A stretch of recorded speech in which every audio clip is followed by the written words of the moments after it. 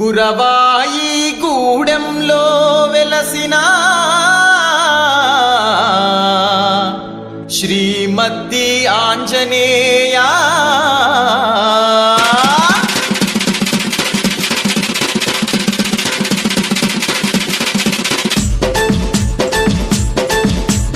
మా దైవము నీవేనట, మా పూజలు నీకేనట, మా దైవము నీవేనట, మా పూజలు నీకేనట. గురవాయి గూడెంలో మహిమగల మూర్తివట, గురవాయి గూడెంలో మహిమగల మూర్తివట. మా దైవము నీవేనట, మా పూజలు నీకేనట, మా దైవము నీవేనట, మా పూజలు నీకేనట.